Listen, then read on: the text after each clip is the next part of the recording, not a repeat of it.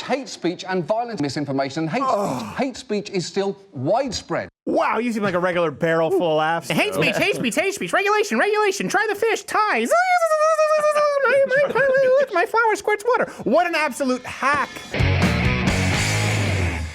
Here's the thing. I find John Oliver funny and dangerously wrong. Yep. I want to know, people, if I'm alone, do you have entertainers on the completely opposite side of the political spectrum of whom you're a diehard fan? Can you separate the art from the artist? Where does it start to bleed in? Comment below. I want to know. Because this is the latest John Oliver segment, takedown segment, I guess you call it. You know what? Let's just roll the clip and let's get into John Oliver's latest takedown. Hate speech against Muslims, and especially the Rohingya, flourished on Facebook. Here we go. Posted by military leaders and politicians, as well as prominent Buddhist monks like Ashin Waratu. Okay, here we go. So this whole thing, by the way, so this whole video, you watch this segment, there's kind of some jokes that seem sort of irrelevant. He's jumping from topic to topic. It's a lead up. And he's talking about what people hate most, obviously Facebook, right? Then using the old bait and switch to Islamophobia. I was wondering where it would come in. So he goes on to talk about this monk. This is important because we have to give you context how hateful he is, which is true. But is it unique to this one Burmese monk? Are there other people inciting violence on social media? And since we're talking about Islamophobia and Islam, this is what's so important with the John Oliver segments. Yeah. Actually, ISIS successfully spreads more misinformation than any other suspended accounts on Twitter before they get banned. This actually comes from Stanford. The funny thing is, as we repeatedly have mentioned in the past, Facebook does have a legitimate problem with Islamic terrorists inciting violence. But is that the focus of John Oliver's segment? No. The entirety of this segment is ISIS completely withheld. It's about Islamophobia. ISIS gets mentioned, guess how many times? Zero. Not once. Instead, he drones on about this monk's account with less than 400,000 followers. Consider for a moment that Burma's population is 53 million. A Facebook page with 300-something thousand followers is hardly influential. And by the way, Facebook banned it. Yeah. So they did their jobs. They did their jobs. Here's what's funny. Oliver claims the problem is Facebook giving this monk a platform.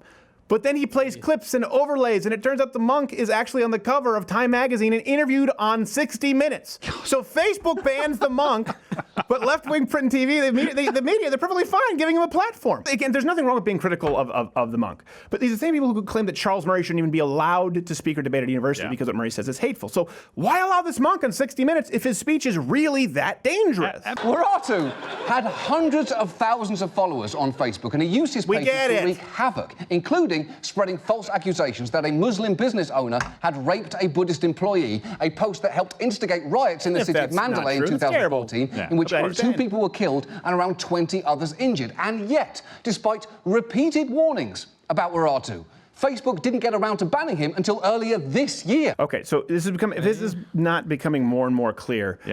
He spends 7 minutes making jokes about Facebook and then, again, pointing out what most of us hate about Facebook. Now he spends not more than 30 seconds on any single topic. This is what John Oliver does so well. He does this bait and switch where he just bounces around, and then all of a sudden the entirety of the remainder is Islamophobia and hate speech. Like, wait, what was I watching? I thought I was watching a comedy show. He's just talking about the Care Bears. No. It's like Islamophobia, hate speech, Islamophobia for the rest of the video. That's what this is. Islamophobia. There it is. And if that monk is responsible for people dying, shouldn't we call the cops instead of calling Facebook?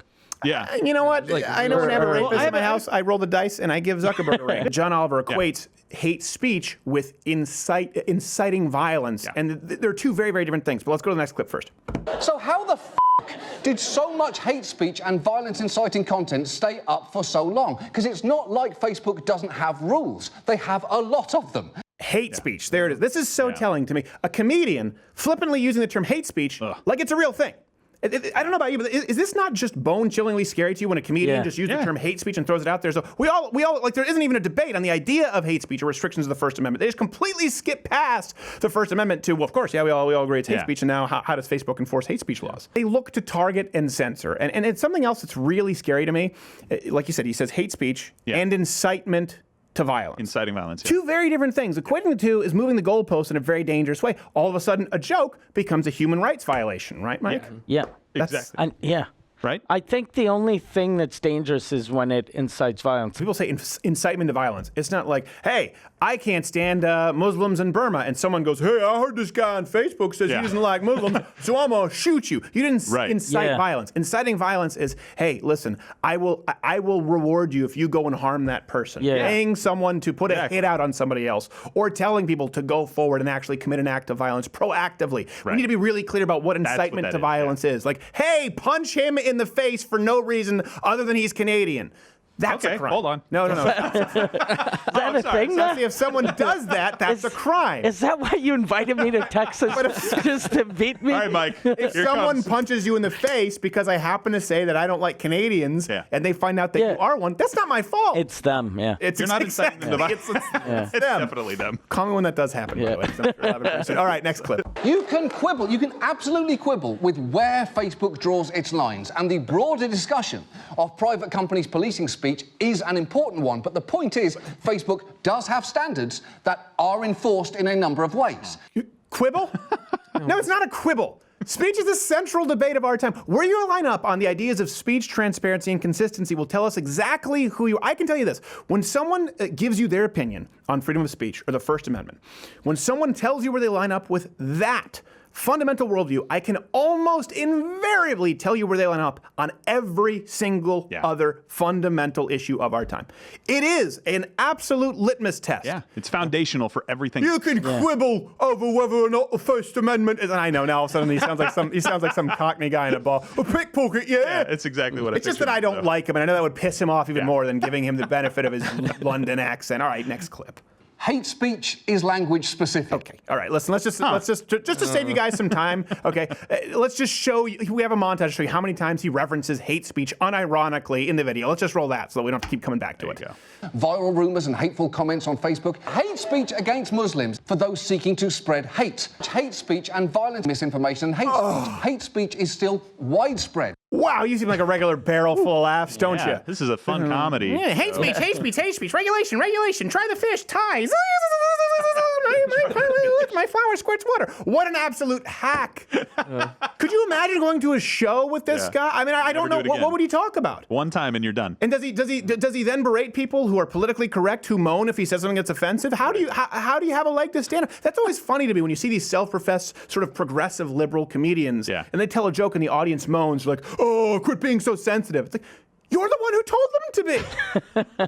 They are because of you. You're living in the hell you created. Enjoy. It's like Orange County. Now this is nobody's fault. Yes, it is. It's your fault. This is entirely your fault. By the way, hit the notification bell because subscriptions don't really mean anything on YouTube anymore, and apparently you might not even be notified if you subscribe. So hit the notification bell, join Mug Club for the Daily Show. $69 students, veteran, active military. Okay, let's go to the next clip because I'm getting mad.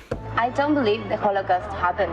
Oh, yikes. Can someone please explain to me why what Charlie Rose did was so wrong? I wouldn't post that, but you can. George Soros invented mosquitoes. Hillary Clinton created AIDS. Yeah. Okay, so here's I should have explained the context before that. He goes on, it's this fake Facebook ad, that he's presenting. And listen, it starts with Facebook being full of bullcrap. Absolutely. Okay, we understand that. I think everybody agrees. Half-truths. Yeah, he's trying to get us all on the lies. same page here. Yeah, or as the co-opted term that the left invented as we know it, fake news. But again, the sleight of hand is something that he hopes people don't notice. So he takes what most of us joke about with Facebook, then segues into politics. But the only political points that you see there, conspiracy theories presented, are not only radical and almost never actually expressed, by the way. Actually, I don't think I've ever heard anyone say that George Soros invented mosquitoes. Probably did. Hillary Clinton. But I understand they're using an extreme example to make a point for comedy, okay? Like, I don't want to get on about that if we want to consider this comedy. But if you look at it, the theories and all that, they entirely target and lampoon supposed right-wingers. How about peppering in some Donald Trump peeing on prostitutes conspiracies? No? Antifa conspiring against the 1%? No? How about pointing out the absurdity of the Kavanaugh allegations? No? Pointing out that PolitiFact, WAPO snopes who have been caught repeatedly lying or misleading or outright dishonest. No, we're not going to talk about any of those things? Okay, so again, just beware the sleight of hand here. It's like, it's just comedy. But you only do it from one point of view always. That's fine if you just tell your audience about it, you hack. Next clip. Facebook drastic. Disgusting. All right, okay, listen, we've had enough. Here's the thing. With this clip, I think all of us agree. Facebook is misleading. It really is a dumpster fire as it relates to information. As a matter of fact, I've felt that way since 2016, when the Gizmodo article leaked that Facebook moderators were selectively censoring specific conservative pages, including yours truly. Yeah. So I've been feeling this way for a long time. You were on that list. But back then, from the left, not a peep. It's also interesting that self-professed comedians like John Oliver spend so much time just making these pleas to giant corporations to control and police speech. But when an actual abuse of free speech occurs, like, say, with Mike Ward here being put before a human rights tribunal for a joke, Not a peep. Did John Oliver come to your defense? No, he didn't. He didn't make a video about you that wasn't funny? No. He was spending too much time on this monk with 300,000 fans, apparently. almost 400. That monk stole my thunder. Monk stole your Remember the term fake news was actually invented by the left after Trump was elected. Yeah. And it was designed as a tool to target Donald Trump, and then it backfired when Trump used it against them. Now, why? Could it possibly be? Here's one thing that's just crazy to me about the John Oliver situation. Yeah. Okay, so you're bitching about social media, and like you said, we all watch this on social media, but what's the alternative? ABC, NBC, CBS, CNN? It's entirely left-leaning. Yeah. On social media, the right is, comparatively speaking, doing pretty well compared to traditional media. Now, of course, listen, there's a ton of crap on Facebook from both the left and the right. And I readily admit, and we tell the viewers often to not get your news from Facebook. Yeah. Okay, what would Mr. John Facebook needs to control hate speech Oliver have as an alternative? Again, ABC, CBS. The trend you see with John Oliver, and it bothers me, is that nearly every single takedown video he does is a plea for more government control. Think about this for a second. This is a comedian who's made it his mission. His raison d'etre is to put more control of your life in the hands of the government. At every single turn. Find me one video, find me one single segment, or any idea where John Oliver consistently is advocating for more freedom, not less. This is what's crazy to me. None. This is the first generation not only of people, but comedians who are advocating for less freedom of speech. Am I taking crazy pills? Yeah, has anybody looked down the road at how this story ends? No comedians, that's how it ends. Yeah. They will have a poster of Lenny Bruce up on their wall. And then talk about needing to police speech. Yeah, exactly. But yeah, guess where we found it. Guess where I found this video on YouTube. And here's the thing: outside of this general sort of authoritarian plea from John Oliver, he never provides any solutions ever. Of course not. It's just so there's someone has to do something. That's what it is. And it's usually the case with the left that somebody is the government and something is more control over your life. So yeah, listen, fake news is a real problem on social media.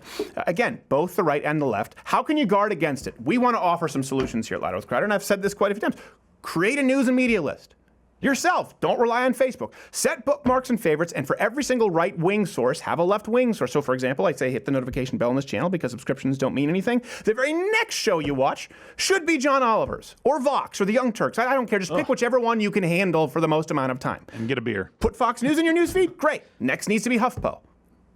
Breitbart? Next one needs to be Slate. Do it yourself. Curate a news feed where you have right, left, right, left, right, left. And avoid any news sites, by the way, claiming to be unbiased like CNN or Washington Post. It's impossible. They're almost always lying to you. Get both sides of every single story and you'll be more educated than 99% of the population. Tell everyone else who's watching this to try doing the same. Not only will you be more educated, but hey, it didn't require sweeping government censorship or corporate speech control. Sorry, John Oliver. Ain't that a bitch? Hey there, YouTube viewer.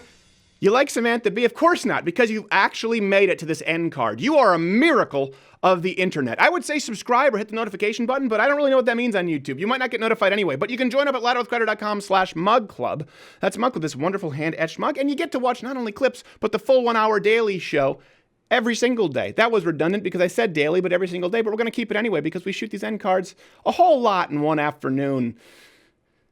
We're scraping the bottom of the barrel with this one.